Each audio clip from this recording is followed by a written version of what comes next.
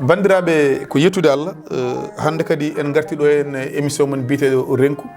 koɗo men hande noon ko Mbacke Ba mo ganduɗa meɗino wonde maire Galoya ko welama mawɗo hande joddade makko ɗo en émission men renku taw ko e Winndere-tv mboɗo andi hande ma en mbadde makko o coɗmami cottumami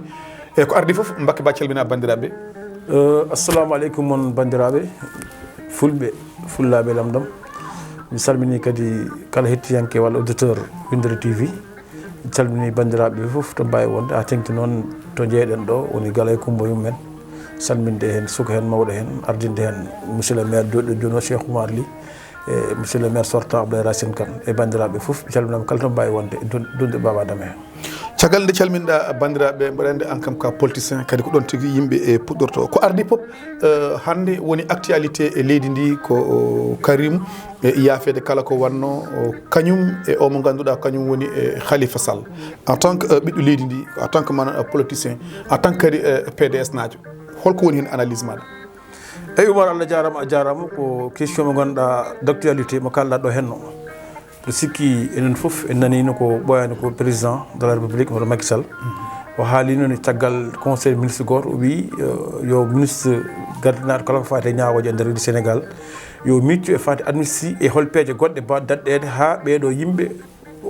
bon limani yimɓe eɗen gandi kam hagguillaji minen foof Sénégal naaɓe dokken ko faade Khalifa Sall e Karim Wade par ce que ɓen mbiyete prisonnier politique hande walla déporté politique ko wayno foof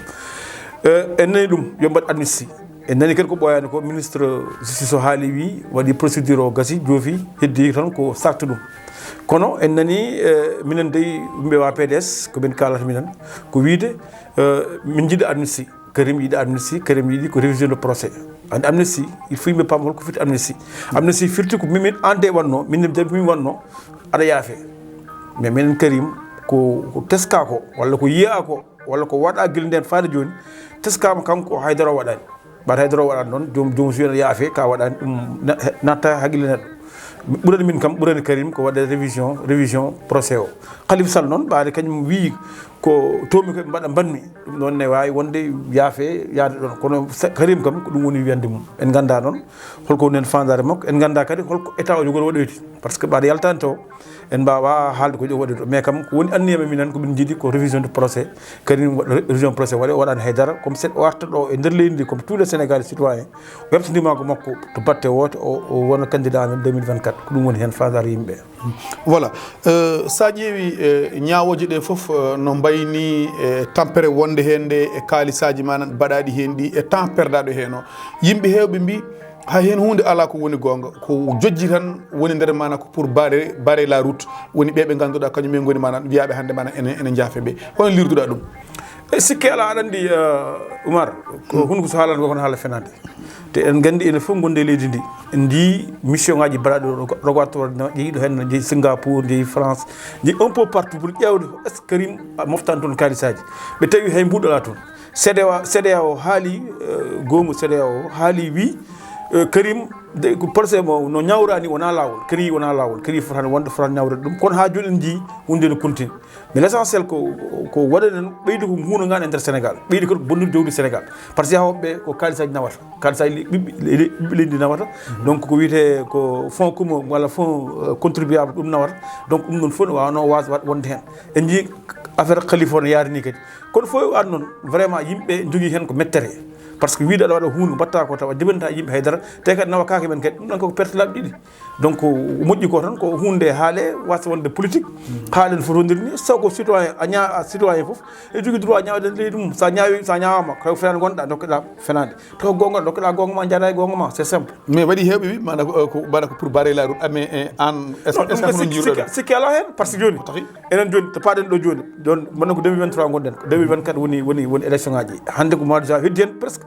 1 an ferme heddi hen par ce que dans les 2 quinzaines du mois de février 2024 ko ɗon élection ngaji poti wadde te ha joni en ganda hol gono candidat wonta candidat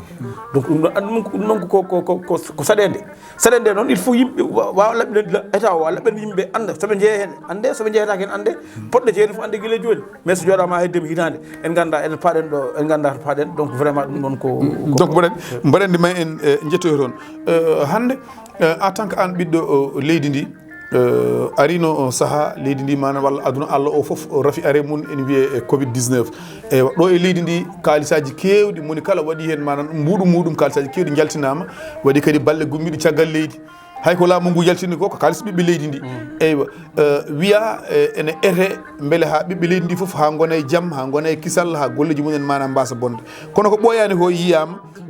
kalis o no waɗirani ko bonande bonde wujjama n'importe kewi hen hono lirduɗa ɗum aɗa andi Oumar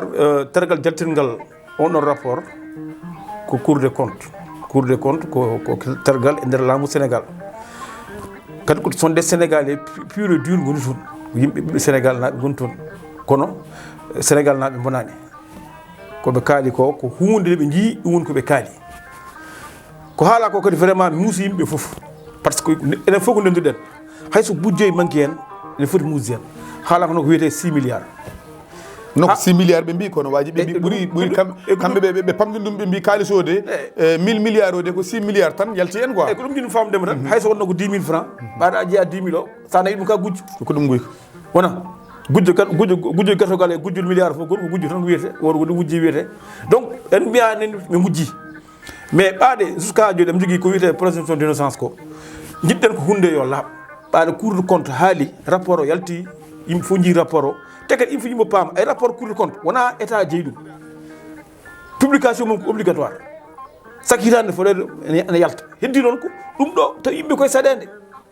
par ce que enen fof gandi covid sokede no e muusi kaso tan cokeɗa kaso sawno cokeɗa aɗa ɗo wuuri a jaggaka cokeɗa ko ɗum yimɓe pamaɓe ko ɗum jiibi yimɓe ko ɗum arta gueɗaji yimɓe mais ñande fof rapport cour hitande fof no yalta hitande fof waɗe publié heddi ko tarde wawa tardude kono oɗo sa yi mbatta heglaji mumen ko hunde ganduɗa hoore ma enen fof ndendi 1000 milliards fawe wiye 6 milliards walla ɓuri ɗum noon wonko par ce que haala ko ɓuri ɗum ɗon oto naati anda ko oto naati naɗɗo laaɓani soit sur facturation ko jaranno bu sappo coɗa mbiya ko ujunere coɗɗa ɗum walla mbaɗa ɗum ta fana waɗi ɗum joɓiɗa ɗum location ngaji bureau ji est ce que ɗum woni yimɓe ne ñama ɗum donc ko ɗum wiya yo laɓɓine en mbiyani ɓe ñaami en mbiyani ɓe ñamani kono ɓaɗa cour de compte yaltini rapport o yo witte laɓɓine ha laaɓa ɓuuri sikki départ o ɓe ƴessini waɗi ɗum ni seeɗa mais caggal mum président haali hen hay ministre ñiɗi ministre assise haali hen wi totti ɗum procureur ma nodduɓe kamɓe il paraît ko 10 ministre mbi kono en jii goɗɗum ko woni ñaw goɗɗo hen par ce que ministre uji no paɗum e dage uji dage c'est le directeur d' administration bon général d' investissement ɓeɗon joni soɓe mbaɗama soɓe mbiyama wittude ministre mbaɗi ɓe dage wawa wadde ko ministre yamirani vraiment donc ɗum ɗon fof noon neɗɗo yo won dimo par ce que kamɓe wiyaɓe ñaamiɓe koɓe rimɓe koɓe sénégalais en eɓe jogui ɓesgu eɓe jogui bandiraɓe jogui foof donc welani wiyede ande bamma gujjo walla bamma wujjo ɗum ɗo donc kamɓe koɓe poti yidde yo laaɓ so laaɓi noon hankkadi ɓe nawani wiyeɓe nawani yimɓe mbasiri ɓe nawi soɓe nawi soɓe jogui ɓe gartir ko ɗum woni ɗum ɗo so a nawi artir tan tottira laamu en jiiɗo ko ɓoyani ko won leydi afrique waɗi ɗum ɗo hen président rewi kala nawnoɗo kalti artir mais a jii ko arten ko sont des milliards garti même pas une semaine o rokkiɓe tan mana ko 24 heures gasi wadde ayi joni ɗum noon e sénégal so wawa waɗde ɗum vraiment kamɓe ɓe mbiyama kamɓe mbaɗi koɓe mbaɗi ko laaɓani yooɓe gar ɓe laɓɓina yooɓe laɓɓin so laɓɓini laaɓi andama ko gonga ɗum y a pas de probléme so wona gonga yooɓe duttu kalisaji wa suuɗede wona kadi hunde ganduɗa hoorema très transparent wona tan procureur tan naddo e ministre walla gouvernement naate waɗa goɗɗo ala yo laaɓa ha laaɓa ceer leydi ndi wona e jaam yimɓe ndeeƴa mais oɗo kalis laaɓani mama gandi probléme uji hay goto anda voilà est ce que koɓe bakkorto manan laamu mabɓe mana sobre e vertueuse beele sobre o wattidaki wonde sombre par ce que nde tawno kala e saaha ene nani mana détournement ji manan mbaɗi kono noon wattinta ko hay nokku wattinto tan ko balɗe gadan ɗe tan yimɓe kalata hen une semaine 2 semaines yimɓe kadi goɗɗum kadi ara yimɓe mana goppa manan détournement kalteno est ce que sobre o wattidaki wonde sombre aɗa andi Oumar dewgal ƴamal so dewgal ne moƴƴata ko ƴamal andete an sa ari ala palto ala place a lowi oto addi a gaari demal galde ƴamal ma sikki an jeeyorta jeeya oto so ɓoyi sa noti tampere waɗat ko ɗum woni gouvernement Benno Bokk Yaakaar walla men APR kamɓe ɗum mbi noon kil départ mais en jii première fois tan ɗo de créé ummi nde yawi 25 dossier nogati dossier ono sur table ko président wi hen ma teg sama conco min fayen voilà est ce que c'est normal est ce que c'est normal e kalis mo ganduɗa yimɓe mbiyata ko kumbam nde kumbamul ndey voilà ok d' accord on poids deux mesures wawa wonde neɗɗo ka lamɗo c'est vrai hunde fof ne waɗi ɗum ɗo kono yo ren laawol ɓaɗa ko an kadi ɗum gadduɗa kadi ko ɗum woni slogan ma ɗum woni jimol ma ne garta nde jimol ngol ɗon yimɓe cikka ɗum fof cikkanno vraiment ma waylo par ce que Macky Sall o jibinaka après indépendance ko ɗo janggi waɗi rampi ha woni président il faut jakorono vraiment wonde nguur omo andi ko yimɓe gonko yimɓe so ari moƴƴo sofni ɓe gonko yimɓe mais malheureusement nous les politiciens toujours ko gonko haalata ko heewi taw ko a ƴama tan sa ƴami sa heeɓi gadda ko landi yoni quoi c'est ça voilà joni o nane a haalin ɗum ni wonde hakkude ɗo élection so woodi ko hitande wotere manan lebbi sappo ɗi tan keddi par ce que ari hankkadine manan ha yetti kono ha ɗo ɗo yarete yimɓe ganda président Macky Sall omo yaaha walla o yahata kono noon haaloɓe pulaar mbi kala ko ɓinguel capato haali e dingiral nan ɗum manan koye tillis hande ɗo ɗo yarete kala ko wiyete Benno Bokk Yakar walla APR ɓene mbaɗa meeting ngaji mabɓe walla e débat ji mabɓe ko président Macky Sall kañum woni candidat mabɓe ala plan A ala plan B kono ko laaɓi tan kam ko yimɓe nani ko laaɓi ko président Macky Sall wino kañum waɗata 3e mandat ko oɗo mandat mo woni e dow muɗum 2019 o so tawi o rokkitama leydi ndi 2024 o gayni o hay goto nanatamo e haala 3e mandat kono hande so tawi a ƴeewi hay sinno o wiyani taw ko baɗowo 3e mandat yimɓe hewɓe ene mbi ko haaloɓe kanko yamiri ɗumen kadi so a ruttima caggal kala mennoɗo wiide o wawa wadde 3e candidature riwama hono lirduɗa ɗum an ɗum kam Oumar ko enen foof kadi Sénégal naaɓe enen foof ɗo gonɗen kadi en jii gueɗɗe no jatata ni sa yi wayloji baɗoji hen tan andat kan hande o min de ko jaggumi min Mbacke Ba en tant que politicien walla acteur développement walla citoyen lambda mboɗo jaggi ko mbaɗa yo 3e mandat ko addema win noon addemi wiide noon a haali ɗum joni kalɗa joni ko nden kala kalɗo 3e mandat ko tel mbaɗaɗa jara yesso joni en jii aduna fof ɗum haalata kamɓe ɗum fof mbaɗata ko mbaɗa ɗo ɓi meeting ngaji fof ko ƴewde ɓedde jomumen ƴewde